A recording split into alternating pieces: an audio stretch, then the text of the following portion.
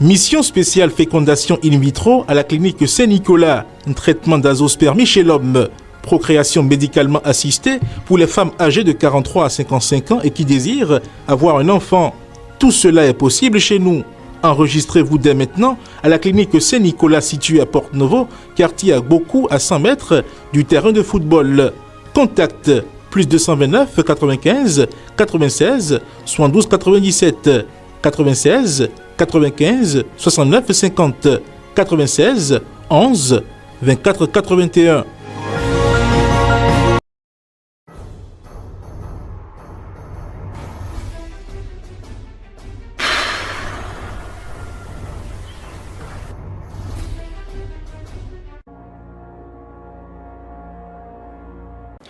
On fera dans cette émission comme à l'accoutumée le tour des informations d'ici et d'ailleurs et on analysera également un sujet de société. Bonjour à toutes et à tous. Les titres des journaux parus ce 24 novembre 2023, c'est avec Charles Alban Daoui.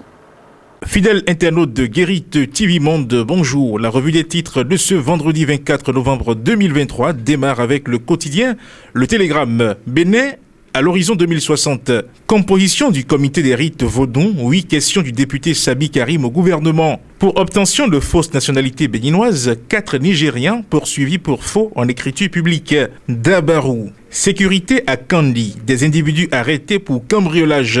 Hausse du prix des produits de première nécessité au Bénin. Les évêques veulent des mesures sociales du gouvernement. L'informateur. Projet de construction de lycée technique et école de métier. Ce qu'il faut savoir de l'exécution. Médias, le clergé veut lancer sa télé. Nord-Sud quotidien. Construction de nouveaux lycées techniques. Des avancées significatives dans l'exécution. Le matin, tournoi UFOA B, garçon U15 scolaire, Lomé 2023. Le Bénin en demi-finale. Matin libre. Là, du séjour à l'Occident, le cas Soro va-t-il inspirer les exilés béninois? Le coopérant, justice, société, 8 mois de prison pour vol d'articles dans un hôtel. Le Soleil, Bénin Info, vie carcérale au Bénin. Combien coûte par an le repas des détenus? Ce dossier va faire tomber inévitablement des têtes. La Boussole, propos tendancieux après un match insipide. Limogé Gernot-Rohr pour soulager l'économie nationale. La Primeur, sous-scellé judiciaire du corps de la dame tuée à Ekpé, le mari réclame la dépouille de son épouse. La fiche du jour, bien-être, les 10 aliments les plus efficaces pour lutter contre les troubles de l'érection. Fidèles internautes de Guérit TV Monde, ce sera tout pour la revue des titres de ce vendredi 24 novembre 2023. Bon week-end et à lundi. Mesdames et messieurs, recevez à présent chez vous l'invité du jour.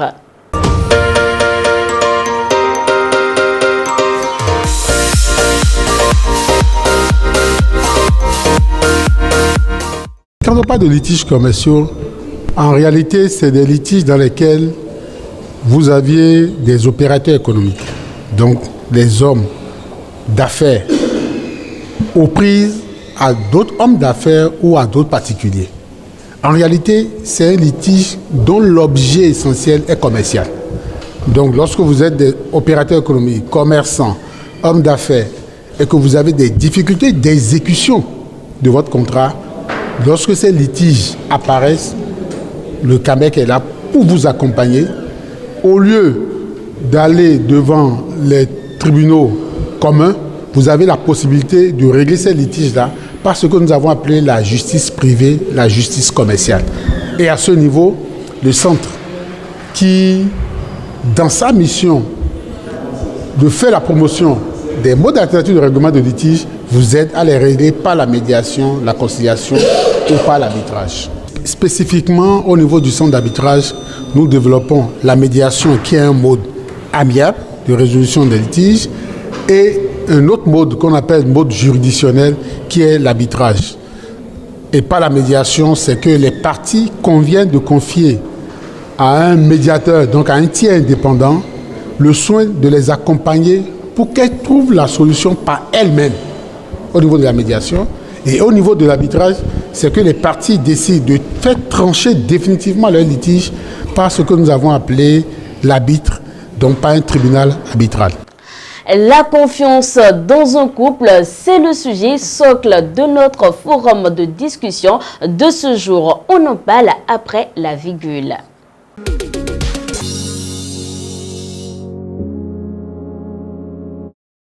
Latifat Kouenou, bonjour. Bonjour Evelyne Dossou.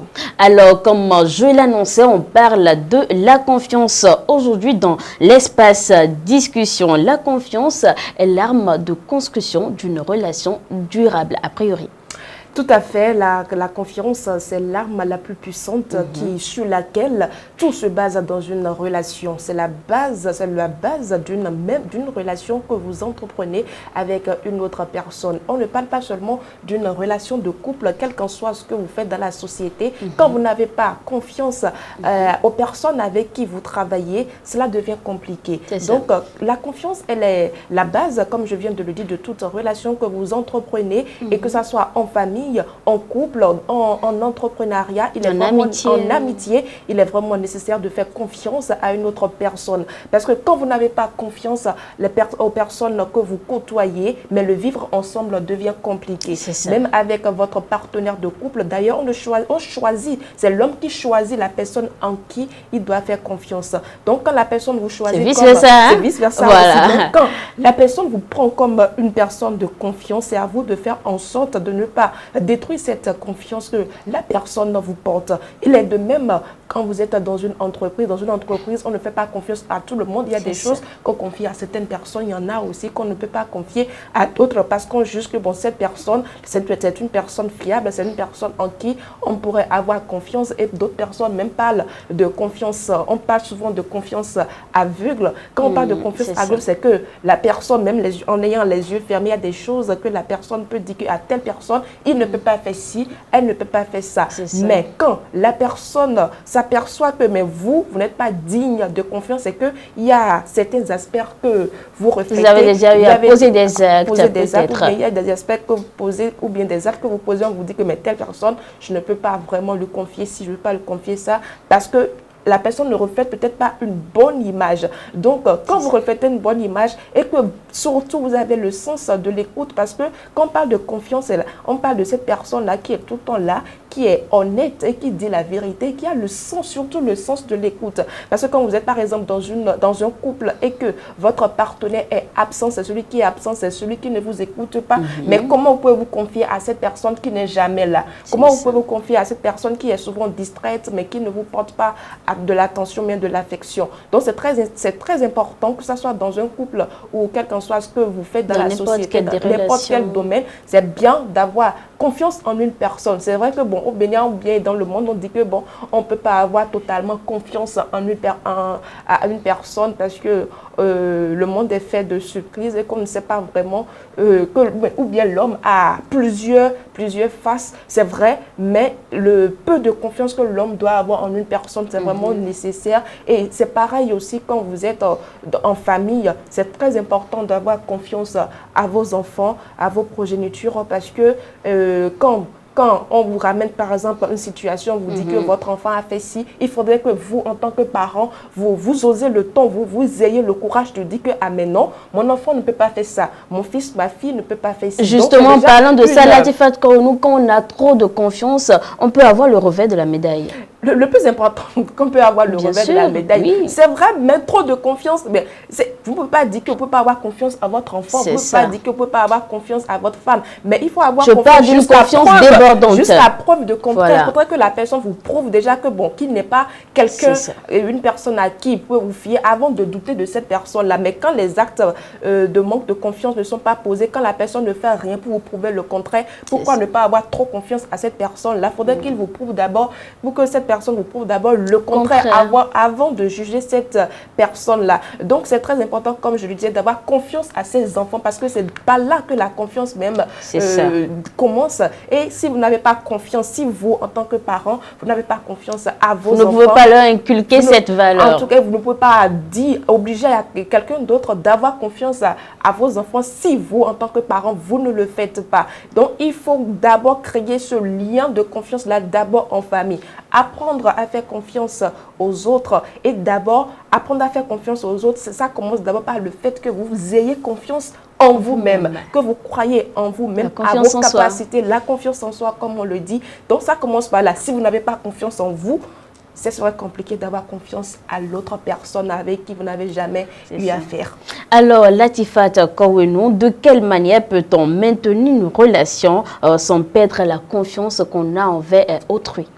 Mais bien avant même d'en arriver là, il faut d'abord dire que même quand vous avez confiance en quelqu'un, que la personne du jour au lendemain vous déçoit, ou bien que la personne, même la confiance que vous avez à cette personne, vous la perdez un jour, c'est déjà, ça détruit même la personne d'abord, la personne qui a fait confiance en l'autre. Parce que le manque de confiance ou la personne avec qui vous avez déjà construit un certain lien, que la personne vous déçoit, ça devient vraiment compliqué. C'est une déstabilisation qui survient à l'homme même. Parce que l'on se dit, mais paf, mais j'ai été aveugle, comment j'ai pu faire confiance à cette personne, où avais-je la tête et tout. Donc, quand une personne vous fait confiance, il faut tout faire pour sauvegarder cette confiance, parce qu'une fois que la confiance elle est perdue, c'est vraiment difficile de rétablir cette confiance-là. C'est vraiment difficile de ramener cette personne qui avait autrefois confiance en vous, de le ramener à l'ordre. Parce que quel qu'en soit ce que vous allez faire pour que la confiance règne de nouveau, il y aura toujours un doute, il y aura toujours une absence de confiance qui serait toujours là. Maintenant, comment faire pour maintenir la cette confiance-là de façon durable? Souvent, quand on dit que mais quelle est la base d'une trahison, bien, qu'est-ce qui peut amener une personne à perdre confiance à son partenaire, on dit souvent que il m'a menti ou bien elle m'a menti. Donc le mensonge est une base de manque de confiance. Mais en tout cas, pour maintenir la confiance, il faut que vous essayez de ne pas mentir à la personne qui a confiance en vous. C'est vrai qu'on dit que toutes les vérités ne sont pas bonnes à dire, mais il y a des manières de dire certaines vérités, et quelle qu'en soit cette vérité-là, il faut avoir la manière de le dire. Il faut avoir le sens de la conversation appropriée pour dire certaines choses. En tout cas, quand une personne a confiance en vous, faites en sorte que cette confiance-là demeure. Et si la personne dit que je n'aime pas ci, je n'aime pas ça, ne me fait pas ci, il faut respecter cela. Il faut tout faire pour que cette personne également ne pas faire de fausses promesses. De fausses promesses. Ça dépend. Quand il y a des choses que vous ne pouvez pas réaliser, il ne faut pas les faire. Voilà, il faut pas promettre ces genres de choses. Donc, il faut aussi respecter sa parole. Quand vous dites que je viens à tel endroit ou bien on se rencontre, je viens à telle heure, il faut respecter les heures, tout ce que vous dites.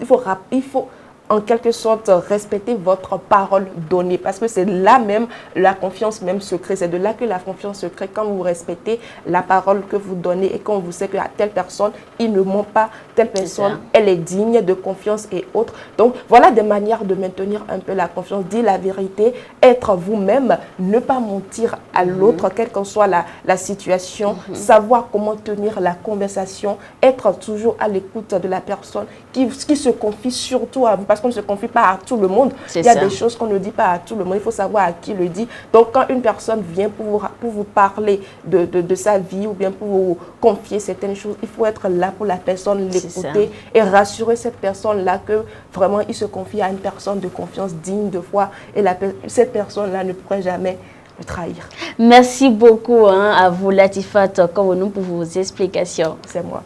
Mesdames et messieurs, c'est le moment de passer à la page des sports.